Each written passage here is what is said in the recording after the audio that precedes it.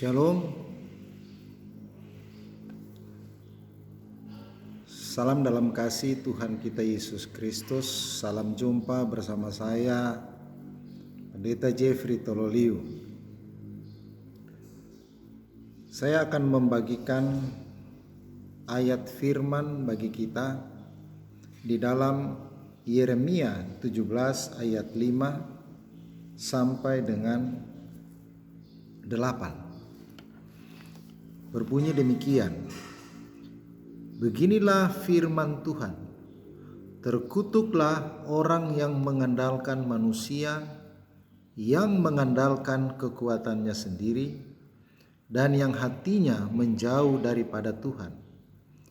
Ia akan seperti semak bulus di padang belantara, ia tidak akan mengalami datangnya keadaan baik. Ia akan tinggal di tanah angus, di padang gurun, di negeri padang asin yang tidak berpenduduk. Diberkatilah orang yang mengandalkan Tuhan, yang menaruh harapannya pada Tuhan. Ia akan seperti pohon yang ditanam di tepi air, yang merambatkan akar-akarnya ke tepi batang air, dan yang tidak mengalami datangnya panas terik, yang daunnya tetap hijau, yang tidak khawatir dalam tahun kering, dan yang tidak berhenti menghasilkan buah. Dari ayat-ayat firman Tuhan ini kita mendapati ada dua kata penting di dalam kehidupan kita, yaitu berkat dan kutuk. Saya percaya kita sebagai manusia tidak suka apa yang namanya kutuk, tetapi suka apa yang dikatakan soal berkat. Pada dasarnya manusia ingin diberkati oleh Tuhan, ya kan? Tidak mau dikutuk. Karena sesuatu kutuk itu sangat tidak enak, sangat membahayakan dalam kehidupan kita. Karena kalau manusia dibawa bayang-bayang kutuk, itu sesuatu yang menyakitkan, saudara. Nah, kita akan lihat di sini ayat 5 tentang kutuk, ya. Beginilah firman Tuhan, terkutuklah orang yang mengandalkan manusia. Pertama, sasaran kutuk adalah orang yang mengandalkan manusia. Loh, kenapa mengandalkan manusia dikutuk? Tetapi ada kecenderungan bahwa ketika orang mengandalkan manusia, maka dia bisa akan melupakan Tuhan, Sang Penolong satu-satunya. Ada kecenderungan mengandalkan manusia menjadi suatu jerat bagi orang yang mengandalkan manusia itu untuk tidak berharap kepada Tuhan. Sasaran kutuk berikut adalah yang mengandalkan kekuatannya sendiri. Ya, orang tersebut mengaku pintar, ya, mengaku hebat, mengaku punya uang, punya segala-galanya.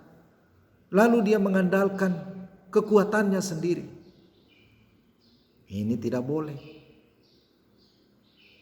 Tetapi yang ketiga ini adalah penting bagi kita, yang harus kita tahu. Sasaran kutuk yang ketiga itu adalah yang hatinya menjauh daripada Tuhan. Nah, saudara, kita akan lihat gambaran yang dikutuk, ya. Yang digambarkan apa sih sesuatu yang dikutuk? Ayat 6 berkata begini, ia akan seperti semak bulus di padang belantara. Ia tidak akan mengalami datangnya keadaan baik. Jadi sesuatu yang dikutuk adalah mereka yang tidak mengalami keadaan baik. Dia diumpamakan ia seperti semak bulus di padang belantara. Oh, semak bulus di padang belantara tidak ada artinya, tidak ada gunanya. Lalu dikatakan ia tidak akan mengalami datangnya baik. Mengerikan sekali, saudara. Kalau manusia di bawah kutuk Tuhan, seperti semak bulus, tidak ada artinya, tidak dapat digunakan. Dia tidak akan mengalami datangnya keadaan baik. Ini firman Tuhan loh. Ya. Lalu dikatakan ia akan tinggal di tanah angus di padang gurun.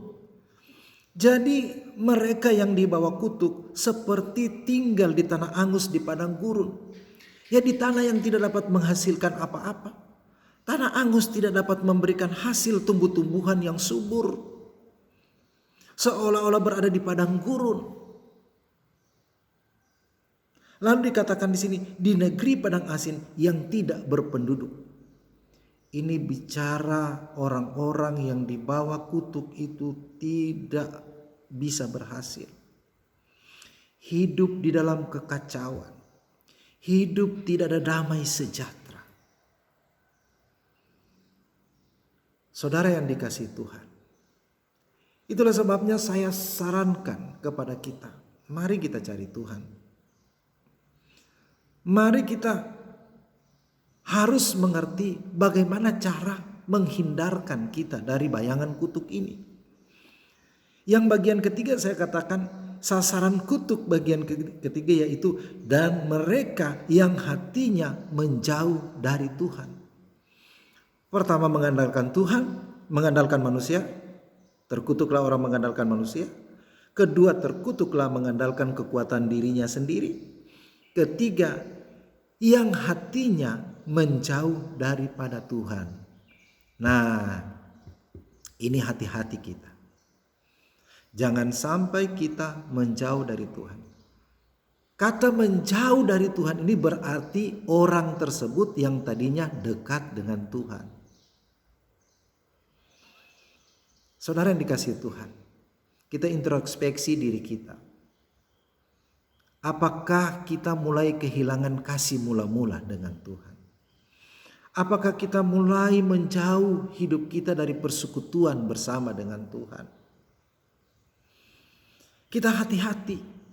Jangan sampai kita kehilangan semangat intim dengan Tuhan. Jangan sampai kita kehilangan gairah dengan Tuhan. Sama seperti jemaat Laodikia. Jemaat Laodikia adalah jemaat yang tidak dingin, tidak panas. Suam-suam kuku. Lalu firman Tuhan berkata, aku akan memuntahkan kamu. Kata memuntahkan artinya ditolak, dibuang. Nah, saudara yang dikasihi Tuhan, mari kita jaga hati kita. Jangan sampai kita undur dari Tuhan. Jangan sampai hati kita menjauh dari Tuhan. Karena ketika kita menjauh dari Tuhan, itu adalah sasaran kutuk. Saya tidak menakut-nakuti, tetapi ini firman Tuhan. Mereka yang hatinya menjauh dari Tuhan. Ya. Ada banyak orang-orang karena krisis ekonomi, krisis jodoh, krisis kedudukan, mereka meninggalkan Yesus. Ya.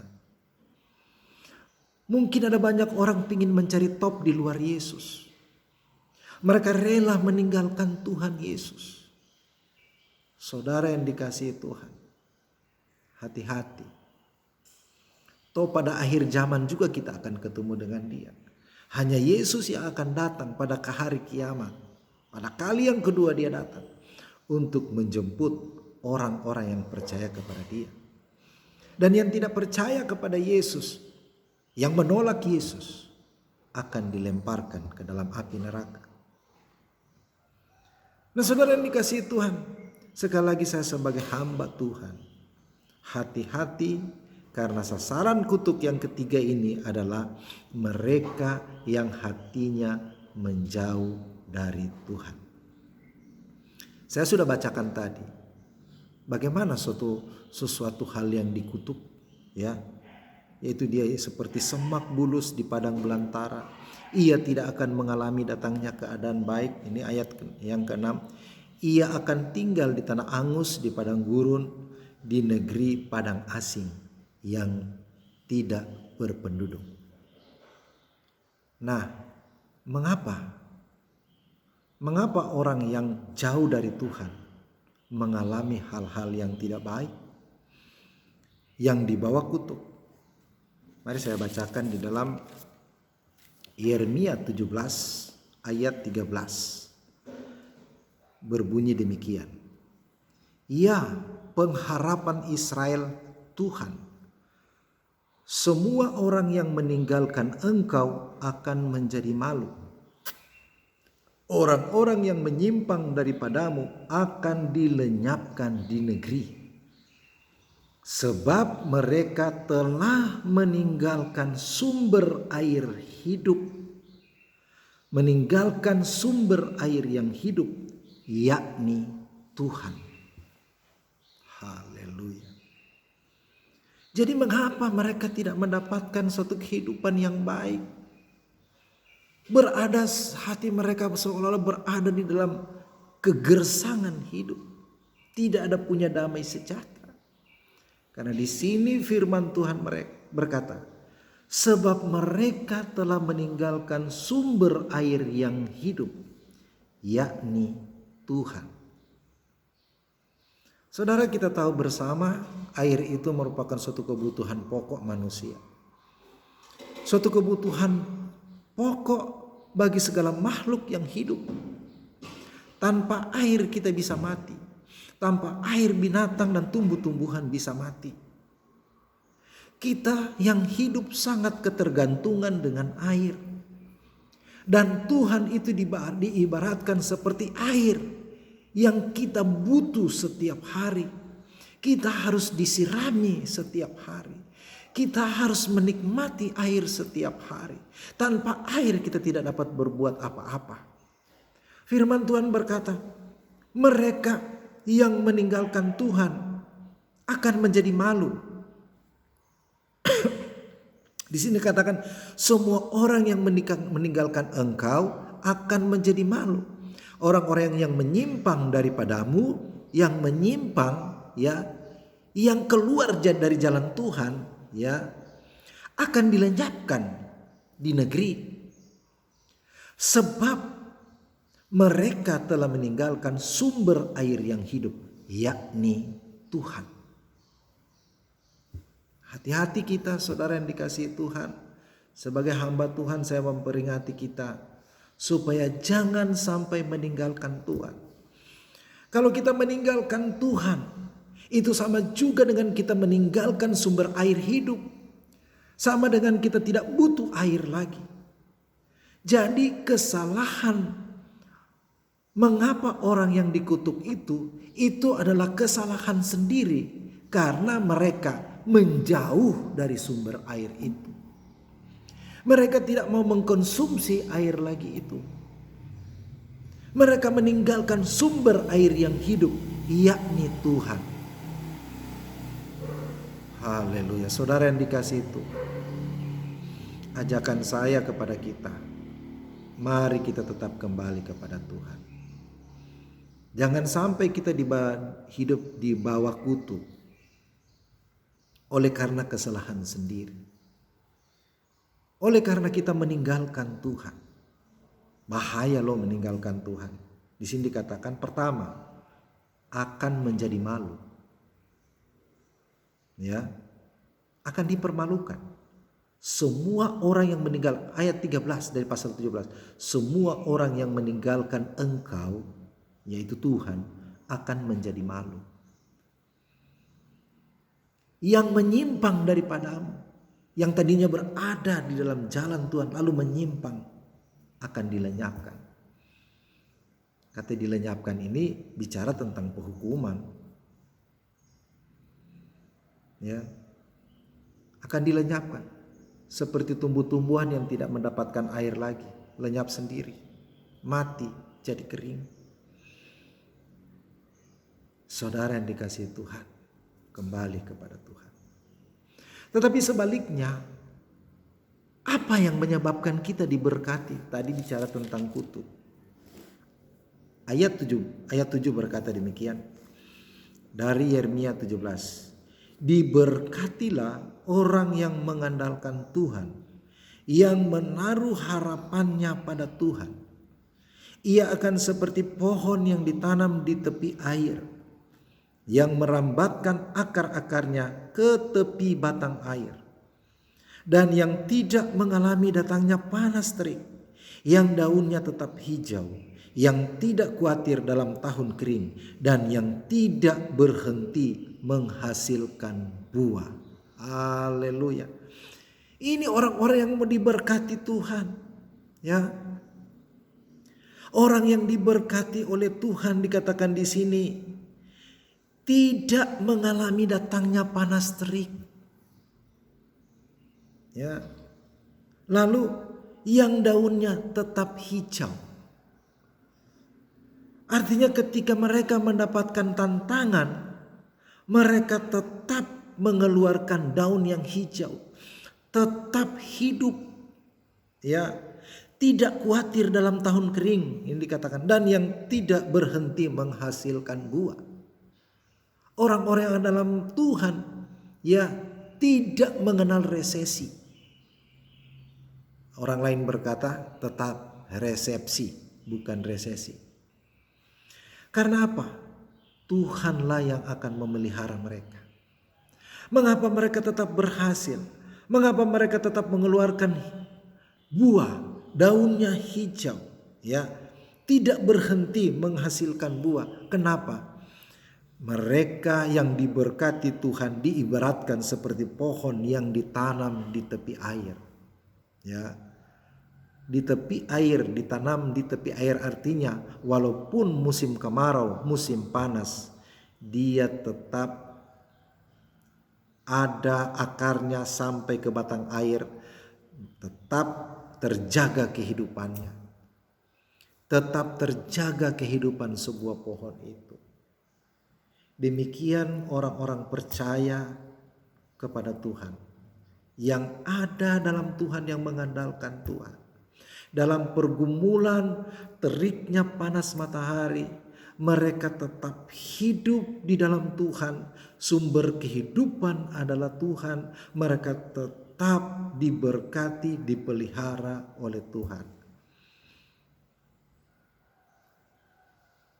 Mereka tidak mengalami datangnya panas terik. Hijau daun tetap. Mengapa? Karena pohon itu ditanam di tepi aliran air. Dia tetap mendapatkan suplai air kehidupan. Dikatakan diberkatilah orang yang mengandalkan Tuhan, yang menaruh harapannya pada Tuhan. Jadi saudara yang dikasihi Tuhan, kita harus dengan mengandalkan Tuhan, menaruh harapannya pada Tuhan. Ada satu bagian Alkitab berkata, Tuhan adalah pengharapan yang tidak mengecewakan. Di dalam Tuhan kita menaruh pengharapan kita. Kita andalkan Tuhan. Haleluya. Andalkan Tuhan itu artinya kita berserah penuh kepada Tuhan. Menjadikan Tuhan itu pusat kehidupan kita. Artinya juga kita banyak menyenangkan hati Tuhan. Mari kita baca di dalam Mazmur 1. Mazmur 1 ayat 1. Mulai ayat 1 berkata demikian. Berbahagialah orang yang tidak berjalan menurut nasihat orang fasik, yang tidak berdiri di jalan orang berdosa, dan yang tidak duduk dalam kumpulan pencomooh, tetapi yang kesukaannya ialah Taurat Tuhan, dan yang merenungkan Taurat itu siang dan malam. Ia seperti pohon yang ditanam di tepi aliran air, yang menghasilkan buahnya pada musimnya, dan yang tidak layu daunnya, apa saja yang diperbuatnya berhasil. Bukan demikian orang fasik, mereka seperti sekam yang ditiup angin. Sebab itu orang fasik tidak akan tahan dalam penghakiman. Begitu pula orang berdosa dalam kumpulan orang benar, sebab Tuhan mengenal jalan orang benar, tetapi jalan orang fasik menuju kebinasaan. Saudara, mari kita pilih kehidupan diberkati oleh Tuhan. Kalau begitu kita harus mengandalkan Tuhan, menaruh harap kepada Tuhan, dan berjalan sesuai dengan firman Tuhan, sesuai dengan Taurat Tuhan, firman Tuhan. Berjalan sesuai dengan kehidupan Kristus itu sendiri. Jangan biarkan hidup kita di bawah kutuk, yaitu orang-orang yang mengandalkan manusia, mengandalkan kekuatan diri sendiri, dan mereka yang menjauh dari Tuhan. Introspeksi diri kita masing-masing. Timbang-timbanglah kehidupan kita. Apakah kita mulai jauh dari Tuhan? Kalau kita merasa diri kita mulai jadi jauh dari Tuhan, ambil tindakan. Dekatkan dirimu kepada Tuhan. Bawalah hidupmu kepada Tuhan, supaya engkau tetap hidupmu berada di posisi berkat-berkat Tuhan mengalir bagi kita sekalian. Puji Tuhan, Tuhan berkati kita. Haleluya. Amin.